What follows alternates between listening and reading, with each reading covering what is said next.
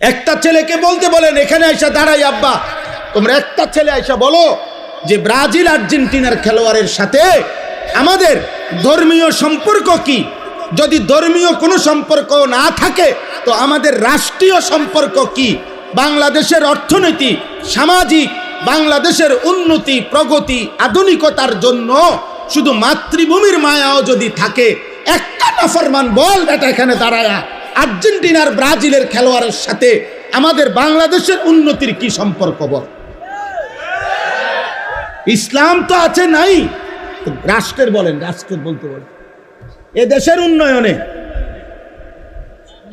কথা বলেন না, আমাদের সাথে ওদের কি কি লেনদেন বলেন আঙ্কেল, বলো না আব্বা। হ্যাঁ, একটা কথার বুঝায় কও যে একটা যুক্তি তো থাকবে। হুজুর, এই ফুটবল বিশ্বকাপে যদি আমরা ব্রাজিল এবং আর্জেন্টিনার পক্ষে ব্যাপক লাফাইতে পারি, বিনিময়ে ওই দেশের লোকেরা যদি আমাদের প্রতি সন্তুষ্ট হয়, তাহলে আমাদের দেশের রেমিটেন্স বেড়ে যাবে, আমাদের দেশের তেল বেড়ে যাবে, আমাদের দেশের উন্নতি বেড়ে যাবে। একটা কিছু তো হবে, সেটা কি বলো না আব্বা, বলো। কাতার বিশ্বকাপে প্রধান আলোচ্য বিষয় ছিল, আমরা স্পষ্ট পত্রিকায় দেখছি, এখনো পিছনে সার্চ দিলে পাওয়া যাবে, কাতার বিশ্বকাপে প্রধান আলোচ্য বিষয় ছিল মদের বোতল। কাতার সরকার আইন করছিল স্টেডিয়ামের ভিতরে মদের বোতল সরাসরি খাওয়া যাবে না। এটা নিয়ে সারা বিশ্ব, ইউরোপ তখন বিতর্ক করছিল যে না, এটা স্বাধীনতায় হস্তক্ষেপ, যেখানে অবাধে মদের বোতল। ব্রাজিল বিশ্বকাপের সময় সরকারি ওরা হিসাব দিছিল ওই দেশে যে যে পরিমাণ আয় হবে, রাষ্ট্রের আয়, এই আয়ের যে খাতগুলো দিছিল আমি নিজ চোখে দেখছি, সেই খাতের একটি খাত হলো যে পরিমাণ হোটেলে নারী ভাড়া দেওয়া হবে, যে পরিমাণ বেশ্যাবৃত্তি হবে, দেহ বিক্রি হবে, ওইখান থেকে রাষ্ট্র বিশাল বড় টাকা আয় হবে, ওইটা একটা বড় খাত। আমি এই চোখে, আমি দেশে থাকি, আমরা চাঁদের দেশে থাকি না। আমি জেনারেল লাইনে পড়ালেখা করা ছেলে, আমি কুমিল্লা ভিক্টোরিয়া কলেজ থেকে মাস্টার্স পাস করছি, সরকারি কওমি 2 লাইনে মাদ্রাসার থেকে পড়ালেখা শেষ করছি, আলহামদুলিল্লাহ। এজন্য বলছি দোস্ত, পৃথিবীর খোঁজ খবর আমরাও রাখি, ইউরোপের প্রতিটা পদক্ষেপ আমরাও খবর রাখি। বলো না আব্বা, তোমরা ইনসাফের সাথে বলো, একটা ছেলে, এই একটি ফুটবল বিশ্বকাপকে কেন্দ্র করে কি পরিমাণ জুয়ার খেলা হবে? এক এক খেলোয়াড়ের নামে, দলের নামে কত কোটি কোটি ডলার জুয়া হবে, বলেন বলেন। খেলা হইল ফুটবল, কিন্তু 3 দেশে 3টা উদ্বোধনী অনুষ্ঠান হবে, 3 দেশের সম্মিলিত আয়োজনে 3টা উদ্বোধনী অনুষ্ঠানের মধ্যে অসংখ্য নর্তকী নাচবে। তো নারীর নাচের সাথে ফুটবলের কি সম্পর্ক? বলো না ভাই, ইনসাফ করো আব্বা, নর্তকীর নাচের সাথে ফুটবলের কি সম্পর্ক বলেন? এমন দুনিয়াত বেশি দিন থাকতাম না, এই জন্য চিন্তা করছি কইয়ে যাই না, বুঝেন না?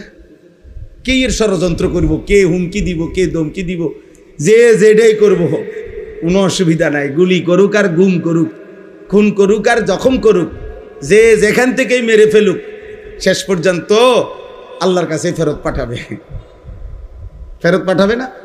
আর ওই মালিক জুলুম করবে না, তিনি ইনসাফ করবে। তিনি তো দেখছেন, তার জন্য বলছি কিনা, তার জন্য বলেছি কিনা। দুনিয়া খুব কেয়ারফুল থাকলেও মরে যায় একেবারে খুব। আমি আমার পরিচিত একজন করোনার সময় 4 তালা একদিনের জন্য নামে নাই, ওনার পরিবার বলছে উনি মারা গেছে, আর হচ্ছে শুধু হুজুর একদিন বিকাশে, আরে মোবাইলে কোনোভাবে টাকা নাই, কেউ ফোনটা ধরতেছে না, শুধু নিচে বিল্ডিংয়ের ওনার নিচতলার সামনেই দোকান, নাইম্মা দোকানের শুধু কইছে টাকা দিত, সাথে সাথে উঠতে গেছে। এই সময়ে করোনা ধরে লাগছে না, উনি মরে গেছে। সর্বোচ্চ সতর্ক অবস্থায় উনি মারা গেছে, অসতর্ক অবস্থায় কোটি কোটি মানুষ মরে নাই। বোঝেন নাই কথাটা? তাহলে মূলত সতর্কতা অসতর্কতা সতর্ক থাকতে নিষেধ করি না, কিন্তু মূল কথা হলো 3 বেলা নিয়মিত খানা যে খায় তারও মৃত্যু হয়, অভুক্ত যে থাকে তারও মৃত্যু হয়। মৃত্যু কারোই থামে না আমার ভাই বন্ধু। অতএব আলহামদুলিল্লাহ অনেক মেহনত আমার প্রিয় মাকসুদ ভাই লাকসামের, যেই আমারে দাওয়াতটা দিছে, অনেকবার পেরেশানি করছে।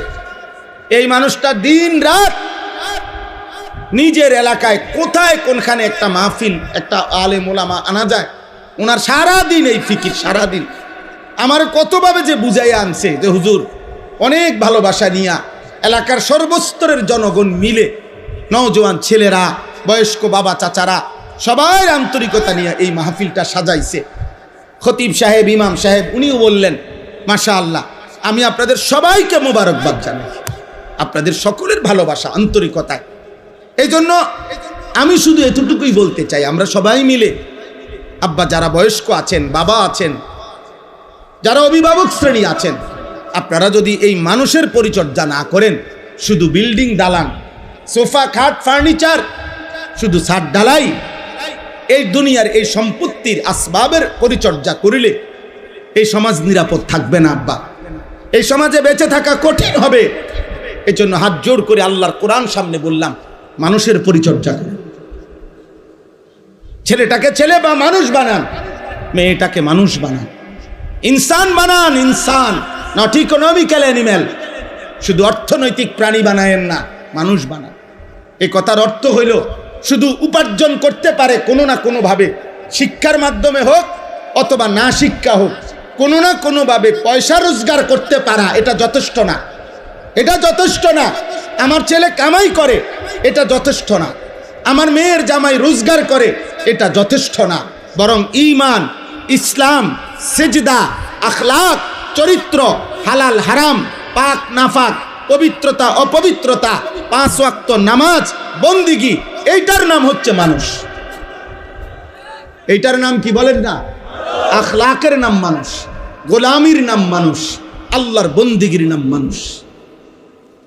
আর নাই তো শুধু উপার্জন করে, সে ইকোনমিক্যাল অ্যানিম্যাল, অর্থনৈতিক প্রাণী, সে শুধু উপার্জনকারী প্রাণী, যে শুধু রোজগার করে, উপার্জন করে কোনো না কোনোভাবে, হয় পড়ালেখা করে নয়তো পড়ালেখা ছাড়া। কিন্তু মানুষ হওয়া ভিন্ন জিনিস, মানুষ হওয়া ভিন্ন জিনিস। কোরআনুল কারীম এই জন্য আল্লাহ তাআলা বলছেন পরিষ্কার, আপনি রাগ করলেও বলতে হবে, সুখ করলেও বলতে হবে। আল্লাহর কোরআনে আল্লাহ বলছে, যেই দিল আল্লাহকে নিয়ে ভাবে না, যেই কান আল্লাহর কথা শুনে না, যেই চোখ আল্লাহর আয়াত দেখে না, খোদার কসম আল্লাহ বলছে উলাইকা কাল আনআম, ওই মানুষগুলো জানোয়ার, জানোয়ার, জানোয়ার। আল্লাহ বলছে। আপনার প্রতিবাদ করার ইচ্ছা থাকলে কোরআনের সাথে কইরেন, আমার কোনো আপত্তি নেই। আপনার হিম্মত থাকলে আল্লাহর সাথে কথা বলেন। কিন্তু আল্লাহ পরিষ্কার বলছে, দিল যার আল্লাহকে নিয়ে ভাবে না, কান যার আল্লাহর কথা শুনে না, চোখ যার আল্লাহর আয়াত দেখে না, ও জানোয়ার। আল্লাহ বলছে অত্তাবা হাওয়াহু ফামাসালুহু কামাসালিল কালব। আল্লাহ বলছে মনের ইচ্ছে মতো যে চলে, মনের ইচ্ছে মতো যে চলে, খোদার কসম কোরআনের আয়াত, আল্লাহ বলছে তার জীবন কুত্তার জীবন। ফামাসালুহু কামাসালিল কালব, তার দৃষ্টান্ত, তার উদাহরণ কামাসালিল কালব, কুত্তার মতো। কালবুন মানে কুত্তা। মনের ইচ্ছা মতো চলে। তোমরা যারা 5 ওয়াক্ত নামাজ পড়ো না, তোমরা নিজের ইচ্ছায় না আল্লাহর ইচ্ছায় পড়ো না, কথা বলে না। তো আল্লাহ তাআলা বলে নিজের ইচ্ছায় যে চলে তার উদাহরণ কুত্তার মতো। 365 দিনে একদিনও ফজরের নামাজ পড়তে পারলা না, কারণটা কি আব্বা? আল্লাহকে এভাবে ভুলে যায় মানুষ, এভাবে ভুলে যায়। আহা, এই পৃথিবীর সাধারণ থেকে সাধারণও যদি কেউ কারো জন্য কোনো সুপারিশ করে, সে তো কথা জানতে চায়, কি বিষয়ে সুপারিশ করতাম, কি বলতাম, আমনে কদ্দুর আগাইছেন, আমনে কোনানে আইয়া বাজ্যা গেছেন, হ্যাঁ কাগজপত্র কি কি আছে। আমি আজকে একজন ডাক্তারকে বলছি, আমার বিবিরে ডাক্তার দেখাইতাম শনিবারে, আমার ঘনিষ্ঠ, উনি বলছে হুজুর গত 2-3 বছরে যত ডাক্তার দেখাইছেন এই বিষয়ে সবগুলো স্লিপ প্রেসক্রিপশন নিয়ে আইসেন। কথা বোঝেন নাই আমার? তো নবী সাল্লাল্লাহু আলাইহি সাল্লামের কাছে যেই উম্মত সুপারিশের জন্য যাইবে হাসরের ময়দানে, ইয়া রাসূলুল্লাহ আমি আনিসুর রহমান, এই যে আমার কাগজ ফাইল, আমার জন্য একটু সুপারিশ করেন।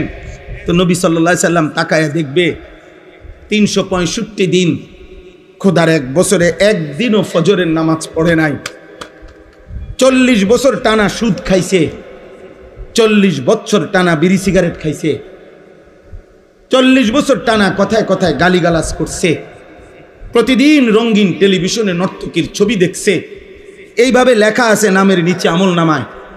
আল্লাহর নবী তখন বলবেন, উম্মত, এই আমার উম্মত, এই শ্রেষ্ঠ নবীর উম্মত। আমি 23টা বছর তায়েফের পাথরের আঘাতে আমার সারা দেহ রক্তাক্ত হয়েছে, আমি এত রক্ত ঝরাইলাম যে আমার পায়ের জুতার সাথে পায়ের তালু রক্তে জমাট বাইদা খুলতে কষ্ট হয়েছে। 14 দিন টানা ক্ষুধার কষ্টে আমি পেটে 2টা পাথর ভাঙছি। 3 মাস আমার ঘরের চুলায়, খোদার কসম হাদিসে আছে, নবীর স্ত্রী আয়েশা বলছে রাদিয়াল্লাহু তাআলা আনহা, 3 মাস নবীর সংসারে টানা চুলায় কোনোদিন রান্না করা খাবার জোটে নাই। উহুদের দান করা শহীদে গর্তের মধ্যে এতটা সময় পড়েছিল যে নবীজি কাউকে ডাকতেও পারতেছিলেন না, কেউ খুঁজতেও পাচ্ছিলেন না। আল্লাহর নবী এভাবে আহত হয়ে রক্ত মাখা দেহ নিয়ে উহুদের প্রান্তরে পড়েছিলেন। নবী বলবেন, উম্মত, এই আমার তায়েফের রক্তের বিনিময়, এই আমার উহুদের দান শহীদ করার বিনিময়, এই আমার পেটে পাথর বাঁধা ক্ষুধার কষ্টের বিনিময়, এই আমল নামা। 60 বছর বয়সেও বিড়ি সিগারেট, 60 বছরের দাড়িওয়ালা বুড়া এখনো নর্তকীর নাচ, টেলিভিশনে চা দোকান, নাচ গান দেখা। আমি আল্লাহর সামনে এটা কেমনে সুপারিশ করি বলেন না? নবীজির সুপারিশ মানে কি? আপনার গুনাহ মৃত্যু পর্যন্ত মজবুতির সাথে গুনাহ চলবে, এক সুতা আপনি নড়াচড়া করবেন না গুনার থেকে, আর নবী শুধু দাঁড়াইবেন আর নবী বেহেশতে ঢুকাবে, এটা নিয়ে সুপারিশ। কথা বলেন না কেন? বলেন, একজন মুসলমান বলেন, সুপারিশ বলতে কি বুঝছেন? সুপারিশ মানে তো আবেদন, সুপারিশ মানে কি গ্রহণ? কথা বলেন না কেন? সুপারিশ মানে মুক্তি, সুপারিশ মানে নাজাত, সুপারিশ মানে জান্নাতে ঢুকানো, সুপারিশ মানে আবেদন। আবেদন, কেউ যদি সুপারিশ করে এটা প্রমাণ করে আবেদন, এটা আবেদন করছে, গ্রহণ করা, অনুমোদন করার জন্য ভিন্ন আরেকজন আছে। কথা বলে না? তাহলে নবীজি কি করবে? সুপারিশ করবে, তো এটা অনুমোদন করার জন্য আরেকজন কেউ থাকবেনি, তিনি কে? আরে বলেন না কে? তো নবীজি আবেদন করিলে, মনে করেন নবীজি আবেদন করার পর 1 কোটি মানুষ, সাপোজ আর কি 1 কোটি মানুষ আবেদন করছে, আল্লাহ তাআলা যদি বলে, বন্ধু আপনার আবেদনে ধরেন আমি একজন বাদে বাকি সবাইকে জান্নাত দিলাম, একজনকেই শুধু জাহান্নাম দিলাম, আর সেই একজন যদি হয় আনিসুর রহমান, তাহলে বাকি সবাই জান্নাতে গেলে আমার কি লাভ? কথা বোঝেন নাই আমার? নবীর সুপারিশে মনে করেন 100 কোটি যাবে। এই ছেলে, এই বেয়াদব, এই বেটা বেয়াদব, মোবাইল ধরলা কেন? গাদ্দারি করো কেন? তুমি চলে যাও বেটা, তোমার মতো ফালতু শ্রোতা না হলে চলবে বেটা।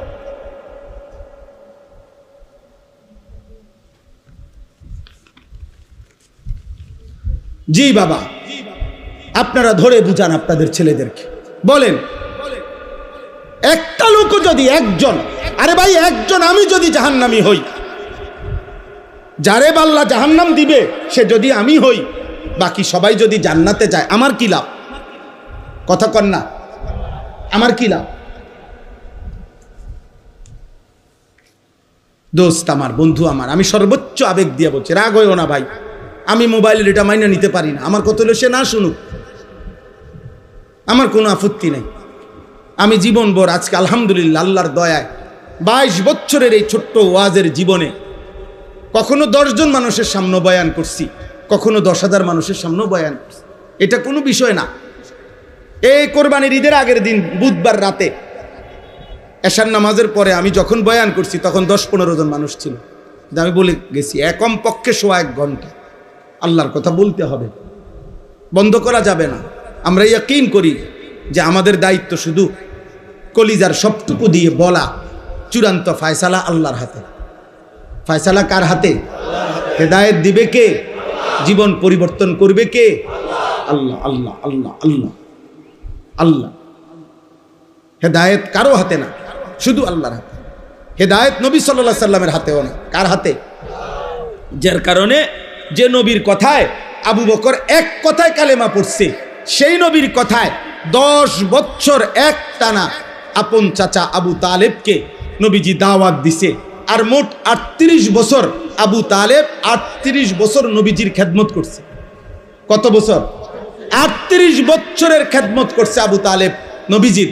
আর নবীজি 10 বছর তাকে কালেমার দাওয়াত দিছে, কিন্তু মৃত্যু হয়েছে ঈমান ছাড়া, কারণ আসমানওয়ালা রব ফয়সালা দেয় নাই।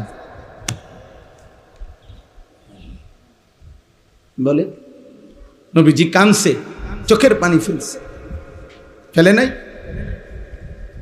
বুখারীর riwayat, কুল লা ইলাহা ইল্লাল্লাহ কালিমাতান আশহাদু লাকা বিহা ইনদাল্লাহ। আল্লাহর নবী বলছে, চাচা একবারের জন্য কালেমাটা পড়েন, একবার শুধু বলেন চাচা, আপনি শুধু বলে রাখলে হাসরের ময়দানে আমি আপনার জন্য আল্লাহর নিকট সাক্ষ্য দেব। হাদিসের মধ্যে আছে আবু তালেব নবীজি ফালাম ইয়াজাল বারবার বলতেছিলেন, আর আবু জাহেল আর উমাইয়া ইবনে খালফ এই 2 জন কাফের বারবার নিষেধ করছিল। 2 পাশে 2 জন, এ পাশে নবীজি, এ পাশে 2 জন কাফের, আবু জাহেল এবং উমাইয়া। এই 2 জন বলতেছে, আবু তালেব বাপদাদা পূর্বপুরুষের ধর্মের মূর্তি পূজার বিরোধিতা করিস না, বেজ্জতি করিস না। আর আল্লাহ নবী বলছে, চাচা একটাবার পড়ে। কোন কিতাবের মধ্যে আছে শেষ পর্যন্ত নবীজি বলছে, চাচা আমার কানে কানে বলে, আমি শুধু শুনে রাখবো, কিয়ামতের দিন সাক্ষ্য দেব। আবু তালেব পড়ে না, খোদার কসম পড়ে না। কিতাবে আছে শেষ পর্যন্ত নবীজি বলছে, চাচা আমি পড়ি, আপনি শুধু ঠোঁটটা লাড়েন, আমি তবুও বলবো আল্লাহর কাছে যে আল্লাহ আমার চাচা ঠোঁট লাড়ছে, মনো কালেমাই পড়ছে। আবু তালেব ঠোঁটও লাড়ে নাই, শেষ পর্যন্ত আছে। এবার নবীজি বলছে, এরকম হাত জড়ায় ধরে বলছে, চাচা আপনি আগুনের মধ্যে কেমনে সইবেন? আপনি আগুনে পুড়বেন, আপনি আমার 38 বছর খেদমত করছেন, আপনি জাহান্নামের আগুনে পুড়বেন, চাচা আমি এটা সহ্য করবে, আপনি তো আগুনে পুড়বেন। এই তখন আবু তালেব একটা কথা বলছে, এই করিম, আবু তালেব বলছে, ভাতিজা মুহাম্মদ, আন্নারু খায়রুম মিনাল আর। আপনারা সবাই মনে রাখবেন, আবু তালেব বলছে, মুহাম্মদ দুনিয়ার মানুষের কাছে লজ্জিত হওয়ার চাইতে আগুনে পোড়া ভালো। শুনছেন এমন কথা? আন্নারু খায়রুম মিনাল আর, কিতাবের আবার বলছে, মুহাম্মদ প্রয়োজনে জাহান্নামের আগুনে পুড়ব, কিন্তু সমাজের মানুষের কাছে বেজ্জতি হতে পারতাম না। অসংখ্য বাবা মার হিসাব তো এটা। 3 দিন ধরে বিয়া বাড়িতে ডেকসেট বাজতে আছে, এবারটার কথা হইল প্রয়োজনে হাসরের ময়দানে জাহান্নামের আগুনে পুড়মু, কিন্তু জিফুত নায়নাতুরের কাছে বেজ্জতি হতে পারতাম না। ফুলাইনে শখ করছে, ফুলাইনে কি করছে? ফুলাইনে শখ করছে। হ্যাঁ, বেটা বেডি এক প্যান্ডেলে খাওয়াইতে আছে, ও গুণা হইব তো, ও অক গুণা, কিতা করণ যাইবার, হয়তো কিছু পিঠা খাওয়ান লাগবো কবরে, কিন্তু বেজ্জুতি থেকে তো বাঁচতে। গ্রামে বেজ্জুতি হয়েছে না, হেপড়া মানুষ হেপড়ার একটা আলগি দিয়া টাঙ্গাইয়ে থুইছে ইজ্জত দিয়া, বুঝেন নাই কথা? হ্যাঁ, মানুষের কাছে যাতে বেজ্জুতি না হয়, এই জন্য গুণাটাকে কি করে নিছে? মেনে নিছে। কথা বোঝেন নাই? একটা হাইয়েস্ট এটার ভিতরে বেড়া বেড়ি ফুলা মাইয়া, হ্যাঁ চাপ দিয়ে বইয়ে লাও, মাত্র 10 কিলোমিটারের পথ, এত ফর্দা ফুর্দা পোহাইও না, এত এত এত জমিদারি করো না, বইয়া লাও বেড়া বেড়ি এক লগে, যে জান দিয়ে জায়গা পাও বইয়া লাও। এটা জায়েজ হয়ে গেল? এটা 2 কিলোমিটার হইলে এটা জায়েজ, 10 কিলোমিটার পথ কম হইলে বেড়া বেড়ি এক লোকে বইন জায়েজ নাকি? বিয়ার রাত, বিয়া বাড়ি, আপনার স্বাস্থ্য বোন, জ্যাঠতো ভাই, ভাই বোন, ছোট ছোট বাচ্চা 10 বছর 12 বছরের, মনে করেন সব দিদি একখান দিয়ে হতাই দিছে, হইতালা সবাই একটা বালিশ দিয়ে দিয়ে সবাই শুইয়া লাইল এক লগে। এটা হালাল না হারাম? তো এই এত দিকে গুনাহ করে এরপরে শেষ সমস্ত নাফরমানি কমপ্লিট করিয়া এরপরে ইমাম সাহেবের কাছে দায়িত্ব, হুজুর খাস করে কদ্দুর দোয়া করে দেন, আল্লাহ যেন কদ্দুর সুখে রাখে, আল্লাহ যেন এই 70,000 টাকার যে বিয়ের গেটটা আল্লাহ যেন এটা বরকত দেয়, গায়ে হলুদের যে অনুষ্ঠানে বেড়া বেড়ি নাচছে আল্লাহ যেন এটা বরকত দেয়, পুরাটা অনুষ্ঠান যে ভিডিও করছে আল্লাহ যেন এটার মধ্যে বরকত দেয়, বেড়া বেড়ি যে একই হাইয়েসের মধ্যে সাইপ্পা বইছে আল্লাহ যেন এটার মধ্যে বরকত দেয়। হ্যাঁ দিব, যা দিবার দিব, আপনি টের পাইবেন, রোদ উঠলেই বুঝবেন। বুঝেন নাই? আস্তাগফিরুল্লাহ, আস্তাগফিরুল্লাহ, বলেন নাউজুবিল্লাহ, বলেন নাউজুবিল্লাহ। মুসলমান মনে রাখবেন আমার শেষ কথা, চোখ বন্ধ করলে ঝড় থামে না, মাথা নোয়ায়া ফেললে ঝড় থামে না। ওট পাখির স্বভাব, তুফান দেখলে বালুর মধ্যে মাথা ঢুকায়। চামচিকার স্বভাব, বাদুরের স্বভাব, আলো ফুটলে মাথা নিচের দিকে দিয়া চোখ বন্ধ করে রাখে।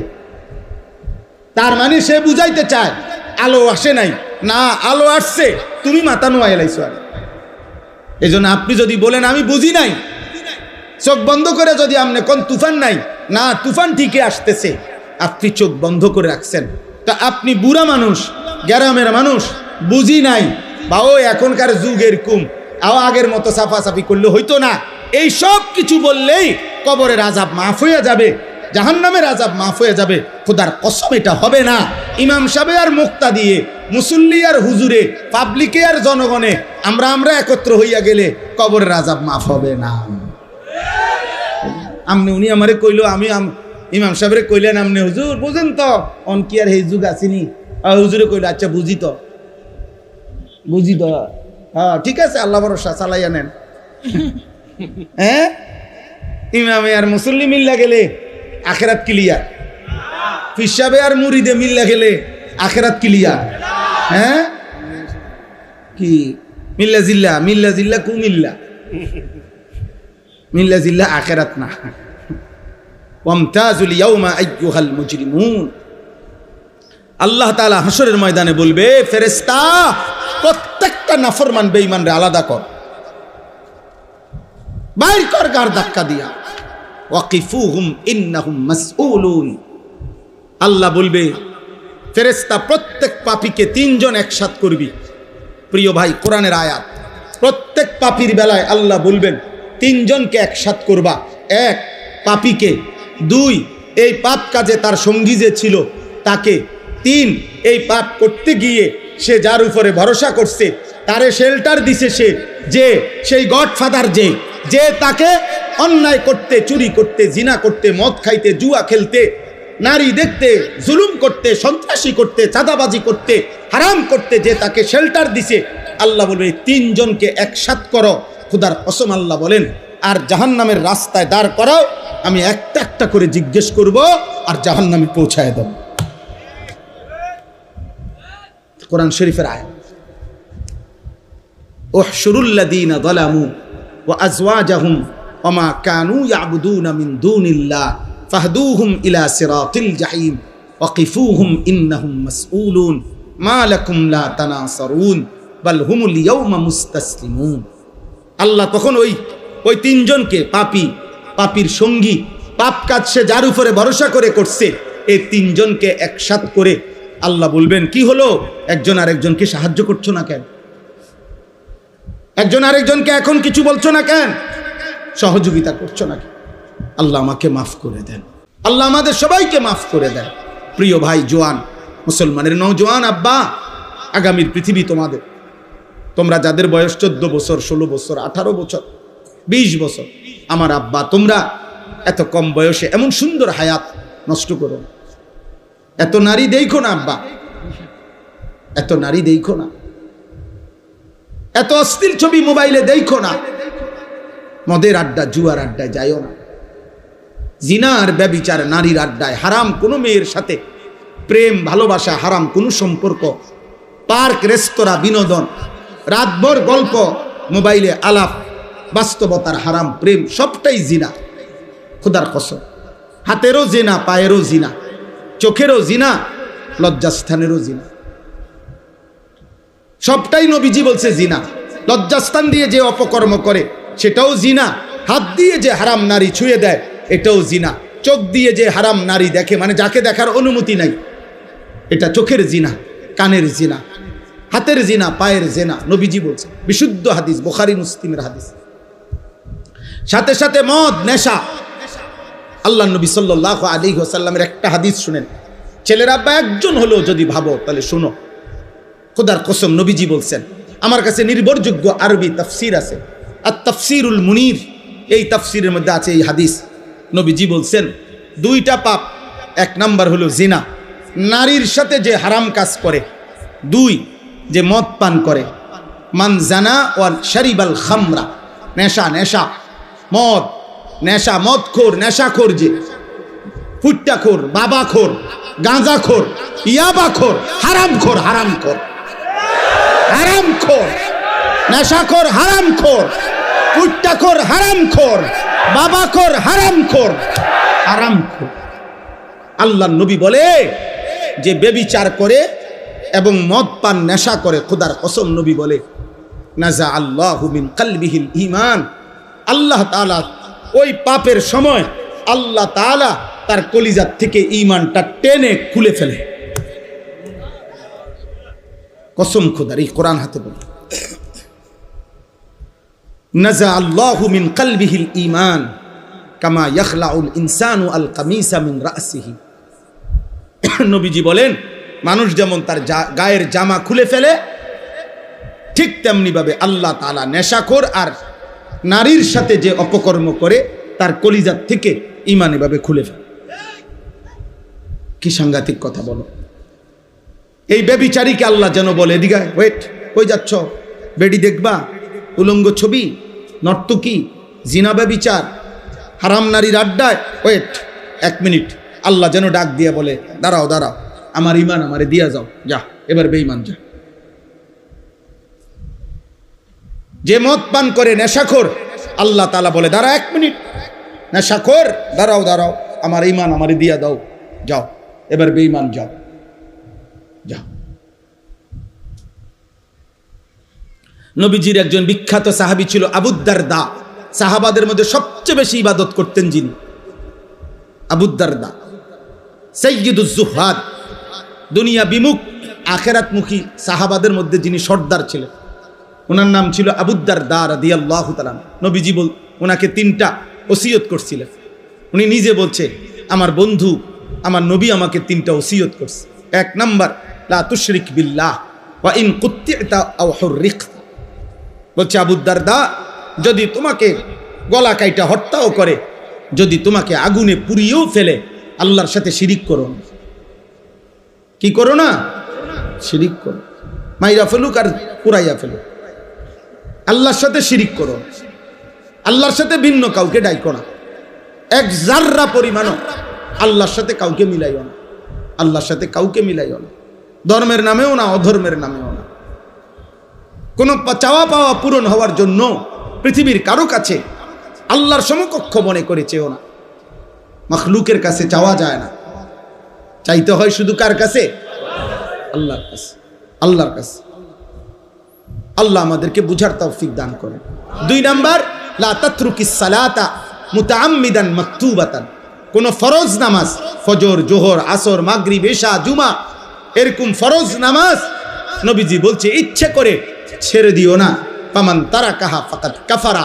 যে ইচ্ছে করে ফরজ নামাজ ছেড়ে দেয়, মনে রেখো সে যেন কাফিরই হলো। 3 নাম্বার, লা তাশরাবিল খামরা। মদ পান করো না। ফা ইন্নাহা মিফতাহু কুল্লি শার। কেননা মদ, নেশা সমস্ত পাপের চাবি। মদখোর যে নেশা করে সে নারী লুবি, সে জুয়া খেলে। যেখানে মদের আড্ডা সেখানে গানের আড্ডা, যেখানে গানের আড্ডা সেখানে নারীর আড্ডা। এই তিন জিনিস, মদ, নারী, গান, বাদ্য, এই তিন জিনিস এক ক্ষতি এনে তিন দাগ। বুঝেন নাই? একই ক্ষতি আনে। যেখানেই মদের আড্ডা সেখানে নারীর আড্ডা, সেখানে গানের আড্ডা, এই তিনটে একসাথে চলে। নাউজুবিল্লাহ, নাউজুবিল্লাহ। দয়া করে গুনার থেকে ফেরেন। ছেলের আব্বা ধরে নাও, তোমার দিকে কেউ নজর দিল না, মা ভুলে গেল, বাপ ভুলে গেল, এই সমাজের সবাই তোমাদেরকে ভুলে গেছে। আব্বা, তোমরা অনেক ছেলে আছো এমন, মোবাইল 24 ঘন্টা তোমাদেরকে পাগল বানায় রাখছে। নারী দেখতে দেখতে, ছবি দেখতে দেখতে, অশ্লীল দৃশ্য দেখতে দেখতে আজ তুমি মাথার চুল থেকে পায়ের নখ দিয়া এই পুরা বডিতে কোথাও তুমি বুঝাইতেও পারতা না যে তুমি মুসলমান কেমন, মুসলমান কেমন। বলো না ভাই? যদি কেউ এভাবে তোমরা মনে করো কেউ তোমারে বাধা দেয় না, কিন্তু এরপরও তুমি আল্লাহর কাছ থেকে ছাড় পাইবা না। তুমি নিজেরে নষ্ট করো না, আমার এই শেষ কথা অনুরোধ করলাম। এটা আমার কলিজার একটা ব্যথা। আমি ব্যক্তিগতভাবে মুসলমান কিশোর, যুবক, নওজোয়ান, তারা আল্লাহর দিকে ফিরুক, সবাই সবার জায়গায় পড়ুক, আমার মানা নাই। স্কুলে পড়ো, কলেজে পড়ো, ইউনিভার্সিটিতে পড়ো, কোনো অসুবিধা নেই, কিন্তু আল্লাহকে ভুলো না, নামাজকে ভুলো না, হালাল হারামকে ভুললো না। আমরা মুসলমান, আমরা মুসলমান। এটা আমাদের প্রথম পরিচয়, এটা আমাদের শ্রেষ্ঠ পরিচয়, এটা আমাদের প্রকৃত পরিচয়, এটা আমাদের শেষ পরিচয়। এটা আমাদের কি শেষ পরিচয়, এটা আমাদের কবরের পরিচয়, এটা আমাদের আখিরাতের পরিচয়। আমরা মুসলমান, আমরা ঈমানদার। আমাদের আল্লাহ আছেন, আমাদের নবী সাল্লাল্লাহু আলাইহি সাল্লাম আছেন, আমাদের কোরআন আছে, আমাদের ইসলাম আছে। এই চারটেই শ্রেষ্ঠ। আমাদের আল্লাহ সর্বশ্রেষ্ঠ, আমাদের নবী সর্বশ্রেষ্ঠ, আমাদের কিতাব সর্বশ্রেষ্ঠ, আমাদের ধর্ম সর্বশ্রেষ্ঠ। আমি অন্যের কাছে যাব কেন? বলো না ভাই?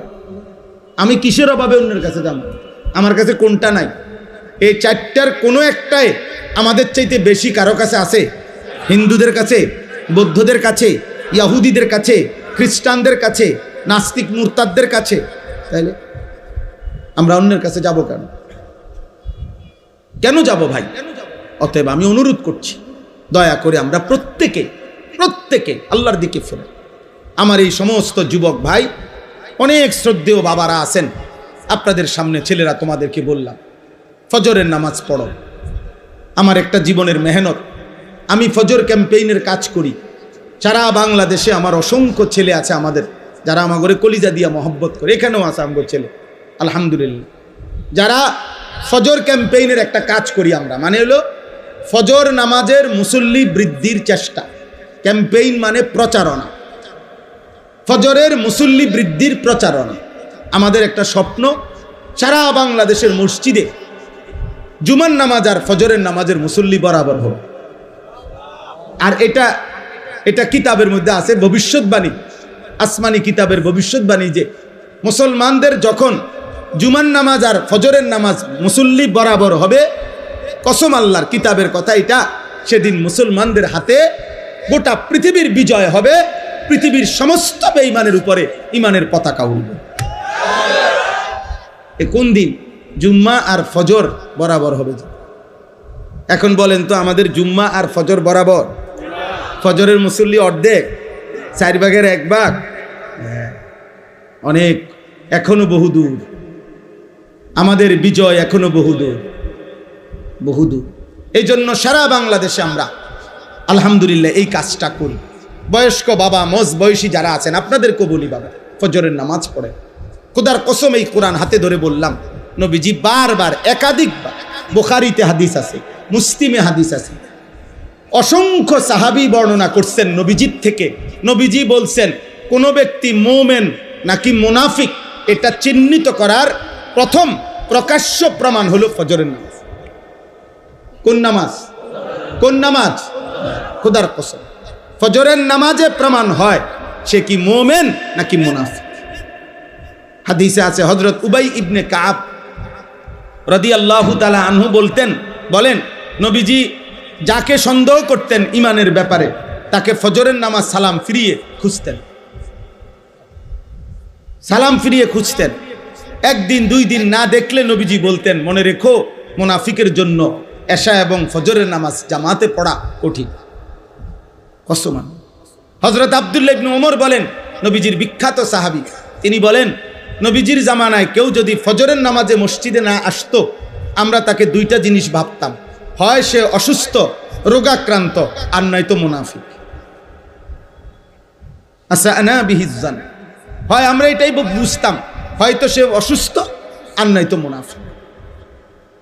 নবীজি, বুখারীর হাদিস আছে, নবীজি সাল্লাল্লাহু আলাইহি সাল্লাম ফজরের নামাজের গুরুত্ব বলে আল্লাহর নবী বলছেন, আমার মন চায় জামাতের ওয়াক্ত হইলে একজনকে বলি ইমামতি করো, আর আমি নিজে কিছু লোক নিয়া লাকড়িতে আগুন ধরাইয়া আমার মন চায় ইলা কওমিন লা ইয়াশহাদুনাস সালাহ, যারা ফজরের জামাতে আসে নাই, আমি তাদের ঘরগুলোতে যাই, ফা উহাররিকা আলাইহিম বুয়ুতাহুম বিন্নার, অতঃপর তাদের ঘরগুলো তাদেরকে শুদ্ধা আগুনে পোড়ায় দেয়।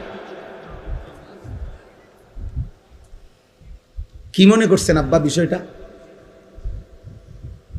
খামখেয়ালি মনে করছেন? হ্যাঁ, ফুলাইন মানুষ, হেবড়া কয় ফুলাইন মানুষ, বাপে কয় ফুলাইন মানুষ, মায়ে কয় ফুলাইন মানুষ, আস্তে আস্তে ঠিক হয়ে যাব।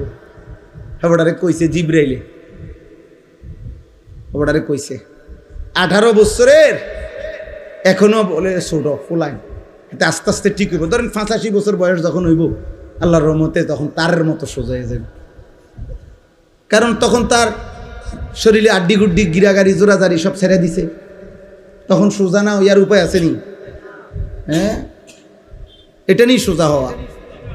তাইলে আস্তে আস্তে ফেলে রাখলে, অযত্নে অবহেলায়, মনে রাখবেন কোনো জিনিস অযত্নে অবহেলায় ঠিক হয় না, নষ্ট হয়।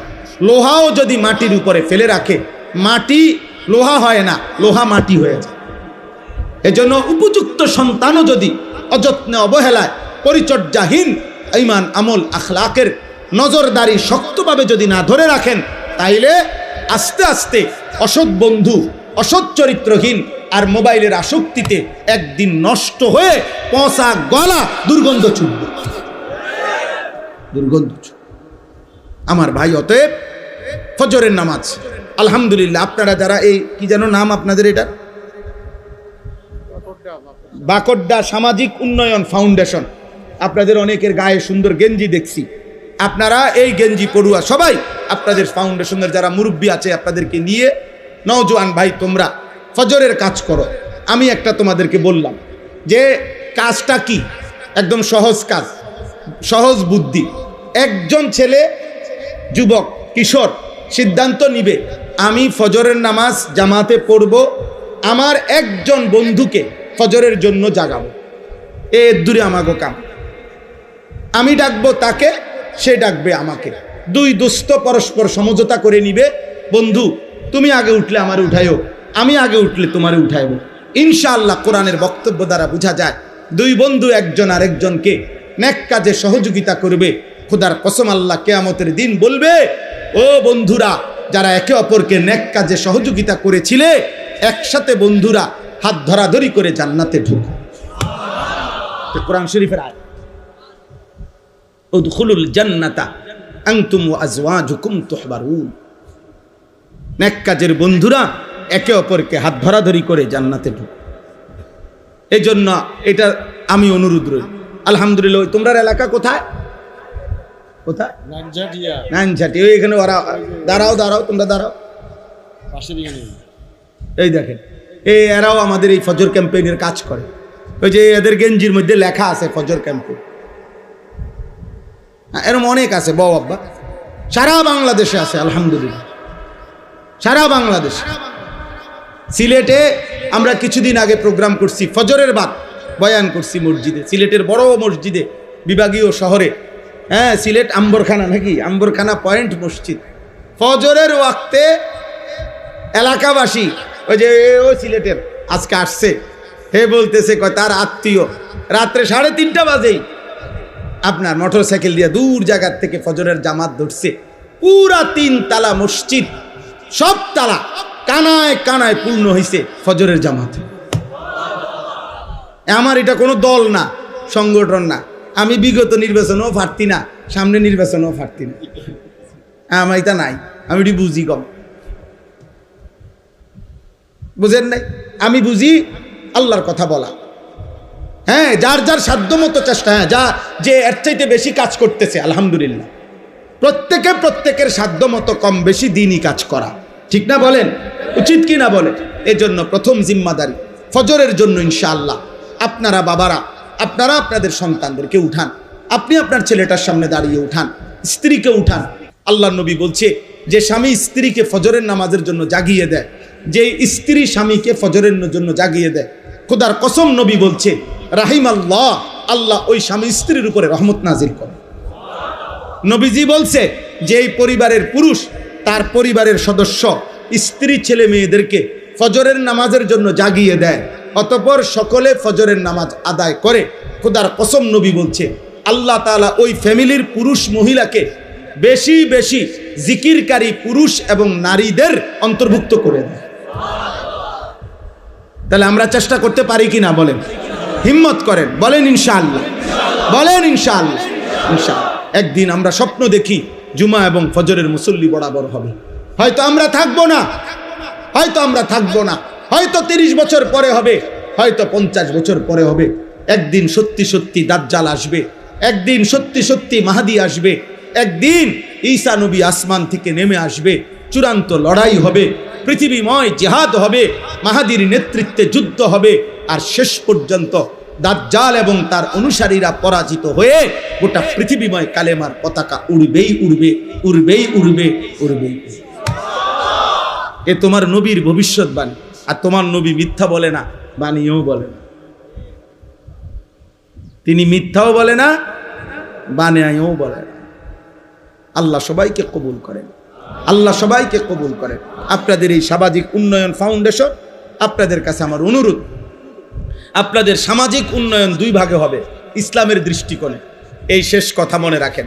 1 নাম্বার হলো সামাজিক উন্নয়নের 2 অংশ থাকতে হবে। 100 টাকায় 60 টাকা আর 40 টাকা কমপক্ষে 2 ভাগ করতে হবে, সমান সমান না। 60 টাকা হবে একদিকে, 40 টাকা হবে একদিকে। 60 টাকা দিয়া কি করবেন? 60 টাকা দিয়া মানুষের আখেরাতমুখী জীবন গঠনের জন্য আয়োজন করবেন। সূরা শিখবে, কেরাত শিখবে, দোয়া শিখবে, দিন শিখবে, কালেমা শিখবে, নামাজ শিখবে, ইসলাহি মাহফিল হবে, মসজিদ ভিত্তিক বয়ান হবে, এবং মহল্লায় মহল্লায় সকালবেলা ফজরের পরের ভোরের মক্তব বাচ্চারা শিখবে। সন্ধ্যা, আসর, মাগরিব, এশা যে কোনো এক ওয়াক্তে বয়স্করা প্রয়োজন পরিমাণ দিন শিখবে, সূরা কেরাত শিখবে। একবার 10 মিনিট হোক, মনে করেন আলহামদুলিল্লাহ, এইটাই ইমাম সাহেব মনে করেন 10 মিনিট মস্ক করায় দিছে মুরব্বীদেরকে। এর দূরে শুধু আজকে এর দূরে পড়া যান ছুটি, কালকে আবার বাকি না। কথা বোঝেন নাই? অর্থাৎ আপনি ব্যস্ত, কোনো অসুবিধা নাই, কিন্তু আমরা তো দেখি, আমরাই তো দুনিয়াতে চলি। বয়স্ক লোকের ব্যস্ততা কি? এ গুইরে চা দেওয়া, এ বিড়ি বন, বন, চা, বিড়ি, আর এ গপ, আর শুধু গপ। একেবারে গোটা পৃথিবীর দোষ। মেম্বর বালানা, চেয়ারম্যান বালানা, এমপি বালানা, এতের ফুট বালানা, হেতের জি বালানা, এতে আড়ে কেমনে, হেতে নাচে কেমনে, এ বৈশা বৈশা একজনে জো উড়াই দিছে, মাশাআল্লাহ চলছে। এবারে এক একজনের দেখবেন কুদ্দা উইটা লাফায়। আরে রাখ বেটা, আমি বুঝাইতে আছি, রাখ তুই, হন আমার কথা না হন। ঘাম বাইয়া বাইয়া পড়তে আছে। এ কি বুঝায়, কি বুঝায় কেউ কইতেছে না। কারে বুঝায়, কিত্ত বুঝায়? এখান থেকে বৈশা জাতিসংঘের বুদ্ধি দেয়। আমি তো সবসময় বলি পৃথিবীর সবচেয়ে বেশি বুদ্ধিজীবী বাংলাদেশের চা দোকানে। একটা ডাইরেক্ট যে খনিটা, এটাই চা দোকান। মেন জাতীয় সম্পদ আমাদের দেশের, মেন সম্পদ যে জাতীয় যে সম্পদটা, যে চা দোকানে থাকে। শুধু বদনাম, শুধু গীবত, শুধু বেহুদা কথা। উনি এই সারা দেশের বুদ্ধি দিবে, সারা পৃথিবীর বুদ্ধি দেয়। দোকানদারে আজকে 3 মাস টাকা পায়, আজকে 260 টাকার লেগে বেড়া মনে পর্যন্ত 50 বার কইছে, কয় শুধু লিখে রাখ। দোকানদাররা কয় শুধু লেখারে বুদ্ধি দেয় জাতিসংঘের। আমনে এত বুদ্ধির কি দরকার চাচা? আপনি টাকা না দিয়ে লাগবেন বেটা, আপনি বেহুদা বুদ্ধি দেন কেন? এগুলা ফালতু কাজ কিনা বলেন? এই সময়টা জিকির করলে, একবার সুবহানাল্লাহ পড়লে, খোদার কসম নবী বলছে উহুদ পাহাড়ের চাইতে ভারী নেকি হয়। একবার আলহামদুলিল্লাহ পড়লে উহুদ পাহাড়ের চাইতে ভারী নেকি হয়। একবার সুবহানাল্লাহ পড়লে জান্নাতে একটা খেজুর গাছ রোপণ হয়। নবীজি বলছে একবার পড়লে, আপনি 1000 বার পড়েন, আপনি 100 বার পড়েন, আপনি আল্লাহর কোরআন। হুজুর বুড়া মানুষ, আমি আগের মতো বয়স নাই, আচ্ছা ধরে নিলাম নাই, আপনি এক শব্দ পড়তে পারতেন না, কথাটা বলেন না। আপনি এদুর কন আলহামদুলিল্লাহ বলেন তো, আলহামদুলিল্লাহ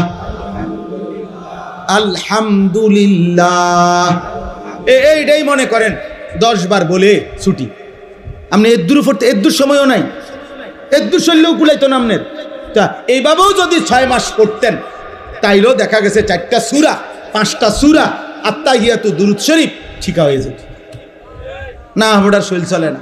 আখেরাতের কথা বললে না ওনার কইয়া লাভ নাই, এই বয়স নাই, না নাই আগের এই বয়স নাই, ও এ নাই। কিন্তু মাশাআল্লাহ ভাত খাইছে এই মাত্র, আবার আপেল, মালটা, চা, বন সব চলছে পরপর। এই বয়সটা আছে, শুধু এই আলহামদুলিল্লাহ পড়ার বয়সটা নাই। মাশাআল্লাহ ভাতের থালার বয়স পুরা আছে, এখানে কোনো বুড়া। এই জন্য বয়স্ক লোক রাগ হইয়েন না, আপনাদেরকে বললাম আপনারা দিন শিখেন, আপনারা আপনাদের ছেলেদেরকে উৎসাহিত করেন এই সামাজিক উন্নয়ন ফাউন্ডেশনের ভাইদের কাছে। তাহলে আমার প্রথম আবদার হলো 60 টাকা খরচ হবে আখিরাতমুখী জীবন গঠনে। বলেন কিসে? 40 টাকা ব্যয় হবে মানুষের দুনিয়াবি প্রয়োজনে, অর্থাৎ গরিব, অসহায়, নিরন্ন, বঞ্চিত, এতিম, দুস্থ, অসুস্থ, এই জাতীয় সামাজিক কল্যাণে ব্যয় হবে। এটা হলো 40 টাকা, মানে দ্বিতীয় কাজ। প্রথম কাজ মানুষের আখিরাতের জীবনের উন্নয়ন। এই জন্য দুটোটাই করা একটি ইসলামী সামাজিক সংগঠনের দায়িত্ব। আল্লাহ আমাদেরকে বুঝার তৌফিক দান করেন। আপনাদের কাছে শেষ কথা হলো, আমি ব্যক্তিগতভাবে আমার মাদ্রাসায় কুমিল্লা ক্যান্টনমেন্ট ময়নামতি সাহেবের বাজার, ওই মাদ্রাসা আজকে 11 বছর আলহামদুলিল্লাহ। আমার সেই মাদ্রাসায় এখন 534 জন ছাত্র আছে, 34 জন শিক্ষক কর্মচারী আছে। আজকে 11 বছর রানিং মাদ্রাসার, আলহামদুলিল্লাহ মাদ্রাসা চলতেছে। তো আমার একটা জীবনের স্বপ্ন, মুসলিম কিশোর যুবক নওজোয়ান স্কুলে পড়ুক, কলেজে পড়ুক, ইউনিভার্সিটিতে পড়ুক, এবং সাধারণ শ্রেণী মুসলমান যে কোনো বয়সী বছরের যেই কোনো দিন যেটুকু সময় যার আছে আমাদের ওই মাদ্রাসায় যাবে, দিন শিখবে। অজু, নামাজ, সূরা, কেরাত, দোয়া, কালাম, রুকু, সেজদা, এই আশা নিয়ে আমরা একটা বড় জায়গা কিনছি। 115 শতক, 1 একর 15.5 শতক জায়গা কুমিল্লা ক্যান্টনমেন্টের পাশে আমরা এটা কিনছি। 2,67,00,000 টাকা এই জায়গাটার দাম। উদ্দেশ্য হইল এটাই যে মুসলমান যে আসবে যখন, দিন শিখবে তখন, যার সময় যতক্ষণ দিন শিখবে ততক্ষণ। এই আশায় যে আমরা আজকে 2 বছর ভাঙ্গা ভাঙ্গা ফাঁকে ফাঁকে মাদ্রাসার বন্ধকালীন সময়ে স্কুল কলেজের ছেলেদের জন্য দিন শিখার আয়োজন করি। আগামী 13 তারিখ এই মাসের 13ই জুন দ্বিতীয় শনিবার, প্রত্যেক মাসের দ্বিতীয় শনিবার আমাদের মাদ্রাসায় মাসিক মাহফিল হয়। তো এই মাসের প্রোগ্রামে 13ই জুন সকাল 8টা থেকে রাত 9টা পর্যন্ত, এশা পর্যন্ত ধারাবাহিক 30 বছরের নিচে স্কুল কলেজ ইউনিভার্সিটির ছেলেদের জন্য এই দিন শিক্ষা তারবিয়াতি কোর্স হবে। 8টা থেকে 1টা 15 পর্যন্ত অজু, নামাজ, সূরা, কেরাত, দোয়া, কালাম শিখানো হবে। আমাদের মোট বড় ছাত্র হাফেজ এবং উস্তাদ মিলে 100 জন মুআল্লিম আছে প্রশিক্ষণপ্রাপ্ত এই কাজটার জন্য। আমাদের নির্ধারিত সিলেবাস আছে, ছোট সূরা, কেরাত শিখাই আমরা। আর জোহরের পরে 2:30টা থেকে এশা পর্যন্ত নসিহত হবে। আমার শায়েখ আল্লামা মুফতি মুশতাকুন নবী কাসিমি হুজুর বয়ান করবেন, এবং মাগরিবের পরে আমাদের বাংলাদেশের জননন্দিত বক্তা আল্লামা মুফতি আরিফ বিন হাবিব দামাত বারাকাতুহুম হযরত ইনশাআল্লাহ বয়ান করবেন, এবং আমি নিজেও আল্লাহ হায়াতে বাঁচাইলে থাকবো। যুবক ভাই, তোমাদের কাছে অনুরোধ, যার সুযোগ হয় আমাদের ওই মাদ্রাসায় যাওয়ার চেষ্টা করবেন। গাড়ি ভাড়া দিয়ে যাবেন, গাড়ি ভাড়া দিয়ে আসবেন। শুধু এতটুকুই, সকালের নাস্তা, দুপুরের খাবার, রাতের খানা আল্লাহ চাহে তো ইনশাআল্লাহ এটা আমাদের জিম্মাদারি, আমরাই খাওয়াবো, কোনো টাকা টুকা কিচ্ছু দিতে হবে না, শুধু দিন শিখবেন। আর একটা আবেদন, আমরা একটা কাগজ, একটা হ্যান্ডবিল সারা বাংলাদেশে দেই। এই হ্যান্ডবিলটা একটা আবেদন, আমার ওই মাদ্রাসার 2,67 লাখ টাকার এই জমিতে এক নামাজের মুসল্লা জায় নামাজ পরিমাণ জমির দাম 4,200 টাকা। তো আমরা এই কাগজটার মধ্যে এই আবেদনটা আছে, বিকাশ নাম্বার আছে, অ্যাকাউন্ট নাম্বার আছে। যদি কারো পছন্দ হয়, মহব্বত হয়, সুযোগ হয়, কারো উপরে কোনো জবরদস্তি নাই, সাফাসাফি নাই, কোনো আল্লাহর বান্দা যদি ভালো পায়, তাইলে আমাদের মাদ্রাসায় 4,200 টাকা ওই জমিতে দিলে আপনি এক নামাজের মুসল্লা পরিমাণ টাকা দিলেন, আপনি সদকায়ে জারিয়াত সওয়াব পাইতে থাকবেন। যদি সুযোগ হয় আমাদের এই কাগজটা নিলেন, নিয়ে এটার মধ্যে অ্যাকাউন্ট নাম্বার, বিকাশ নাম্বার আছে, এবং কাগজের অপর পিঠে প্রত্যেক মাসের দ্বিতীয় শনিবার আমাদের যেই মাসিক ইসলাহি মাহফিল হয় ওইটার তারিখ দেওয়া আছে।